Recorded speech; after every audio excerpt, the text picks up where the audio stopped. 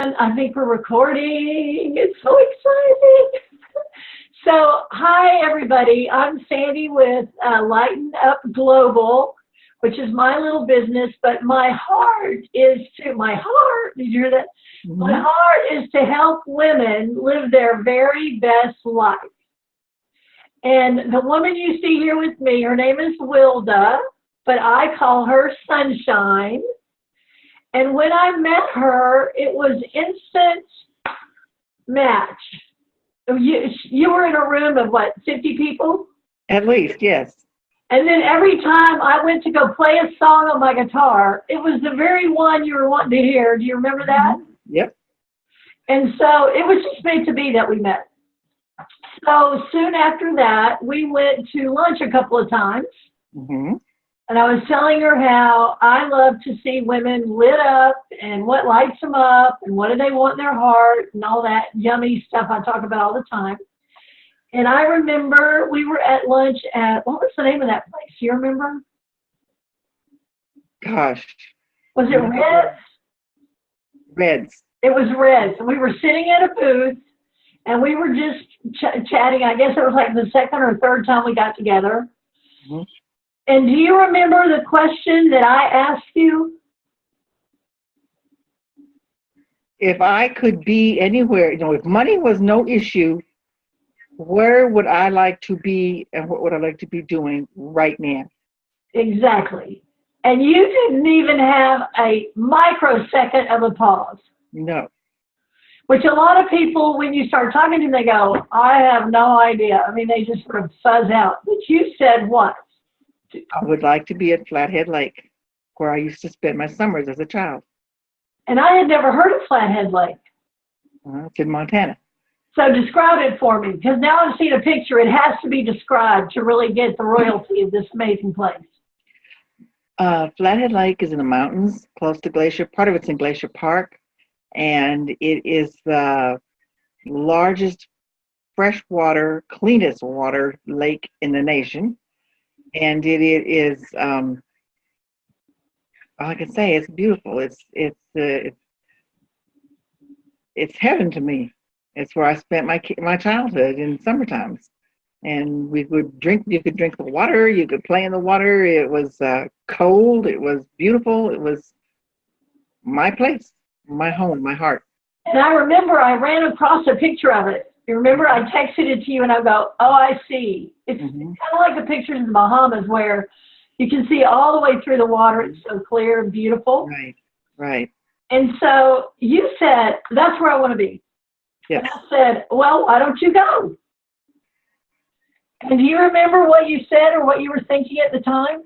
Yeah, I don't know if I could do it between my job and my kids and money, and all of a sudden there was all these obstacles in the way of why I couldn't go, why I just wouldn't ever be able to do that. I mean, at the time you wouldn't have even considered it, right? No. And I remember thinking, you should go. Mm-hmm. Right? And you're like, oh, no, whatever fill in the blank is, right? Mm-hmm. Exactly. So you have a job. Yes. You have a good job. Yes. You've been there for a long time. Yes. You have days off. Yes. You make a living. Yes. You're not homeless. No. The kids are grown. and I was like, wow, huh. Of course, I can't imagine not going because, if I get a thing in my mind, I try as fast as I can to get there. So what do you think, what was about the way you were situated in your mind to not see that as possible? Do you know? Yeah, I think maybe because I was too busy doing everything for everybody else. I was being everything and everything for everybody else. I wasn't even focused on me or what I wanted or what would make me happy. Yeah. And also I remember you had another safety valve in there. Do you remember what it was?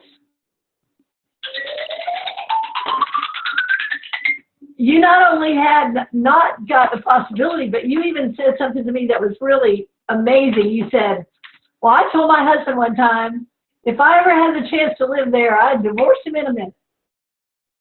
Oh, yeah. Yeah, I would go.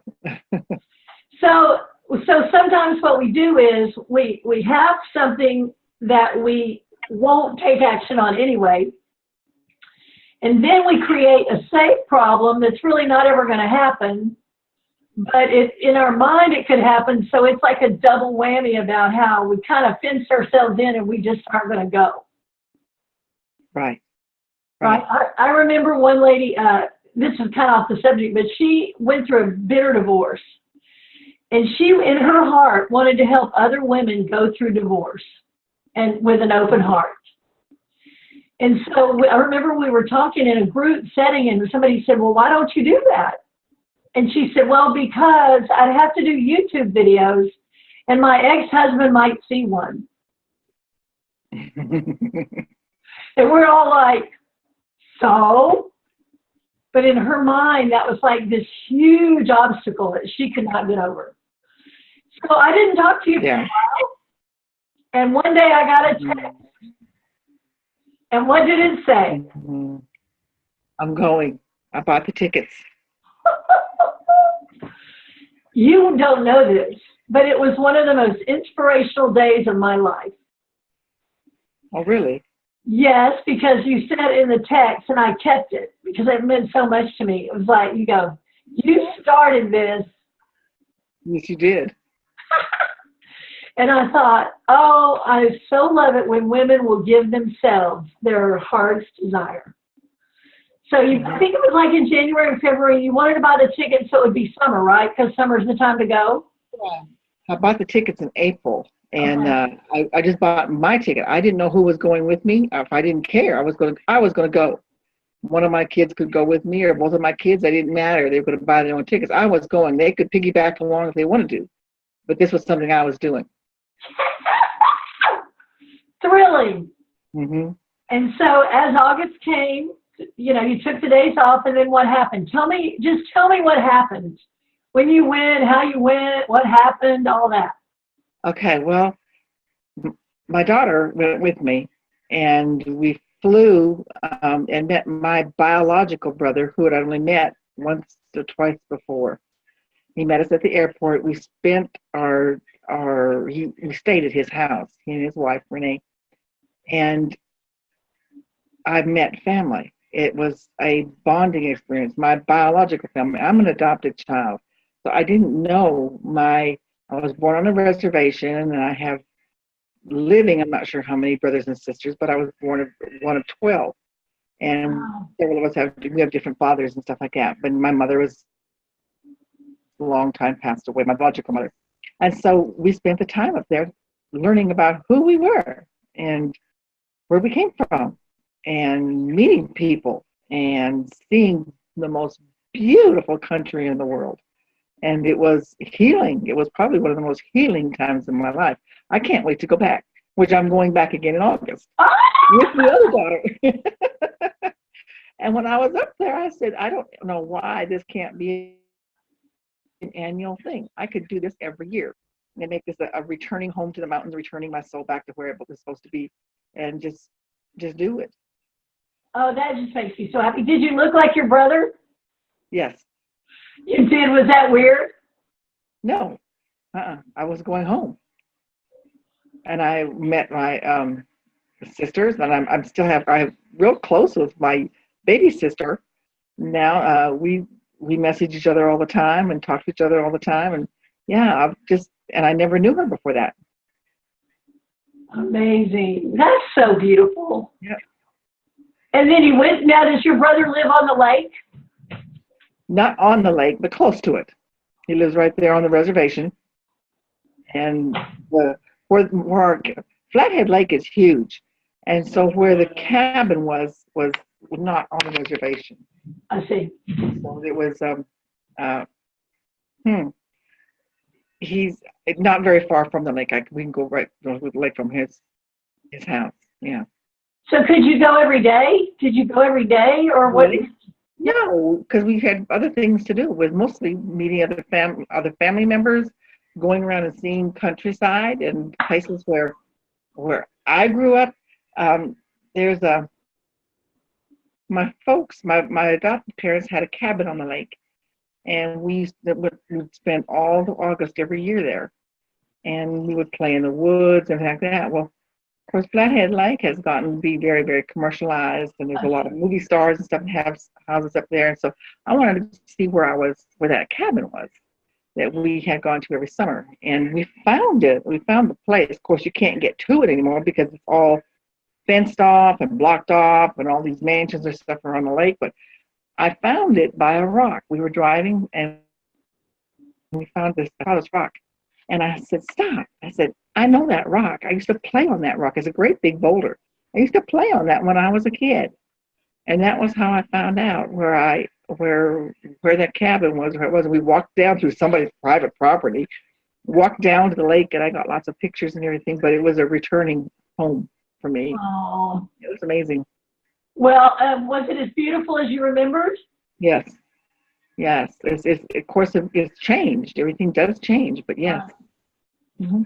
Well, so what would you say to another woman who, if I were to say, money were no object and you could do anything you wanted to do, what would you do or where would you go? And they had something in their mind, but they just went, oh, I probably could never do that. What would you say now to a person in that frame of mind?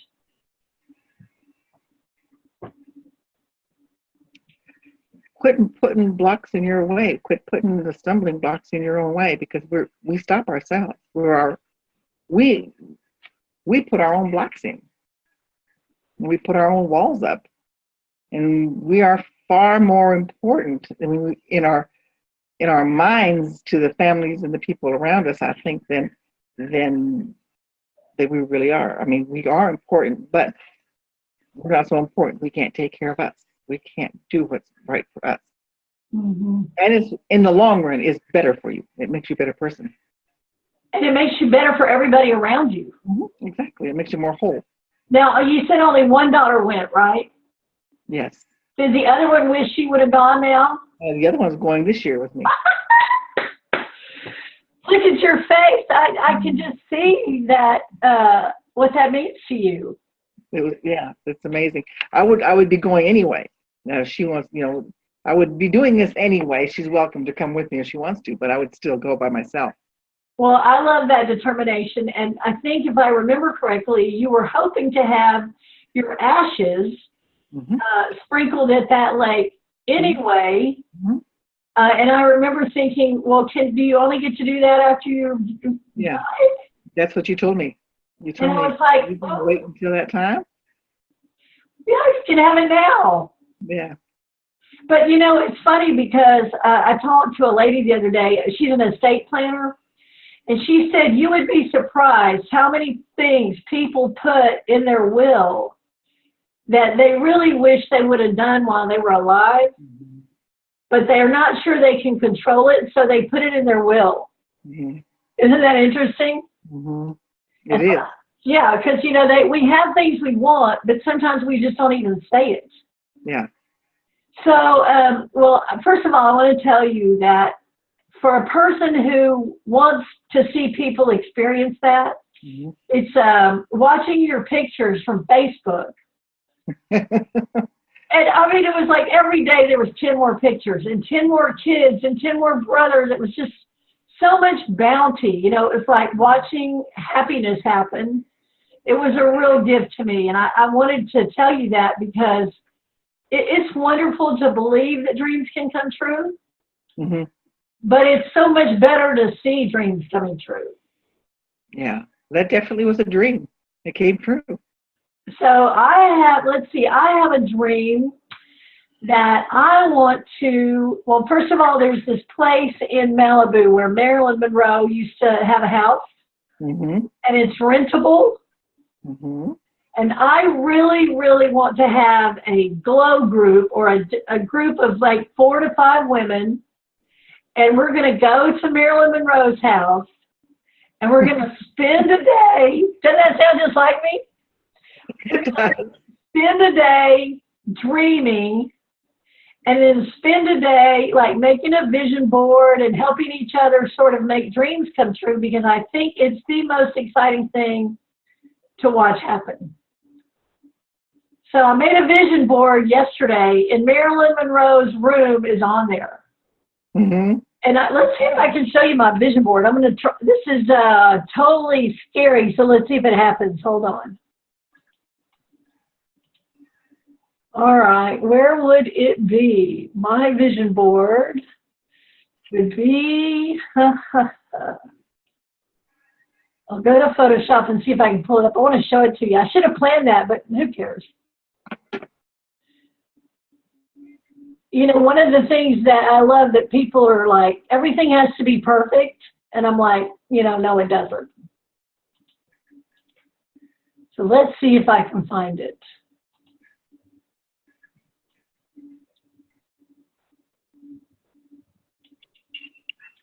Oh, I can't find it. Well, I'll find it and post it on here. So I'm going to stop that sharing. But I'll find it and post it on the link to the website. But I want to go there with, and so that's California, not too far outside of LA. Mm-hmm. And I want to go there and have a day with women to just describe and look at our dreams. Mm-hmm. So now that you're in the dream business, have you had other dreams come to mind, or this one is so good you just want to keep having it over and over and over? This is it. This is it. This is the one. That's awesome. And you get to see family members every year and stay acquainted. Mm-hmm. Yes. Well, that's really the end of our conversation, but I wanted to have this and record it because you remain one of my brightest spots in my life, because I love you so much and you're so fun to know, and then so fun to watch your action. You took action. Yes. Because what do they say? A goal without action, or a dream without a goal is just, without action is nothing. Yeah. How hard was it to buy the ticket? Not. It wasn't. Once I made up my mind that's what I was going to do, I just did it. I love that. Well, I'm going to stop our recording. I want to say I'm Sandy with LightenUpGlobal.com. You can go to LightenUpGlobal.com, and we'll have this recording and others about conversations that are important to women. And I think this is definitely one. And if you had one final message to give to that's in your heart for other women, what would it be? Take care of yourself. Feed yourself. Feed your soul. Feed your heart. Take care of yourself. Amen. Well, hold on the line. I'm going to get some notes from you, and we will see everybody soon at Lighten Up Global. Hold on just 1 second, and peace.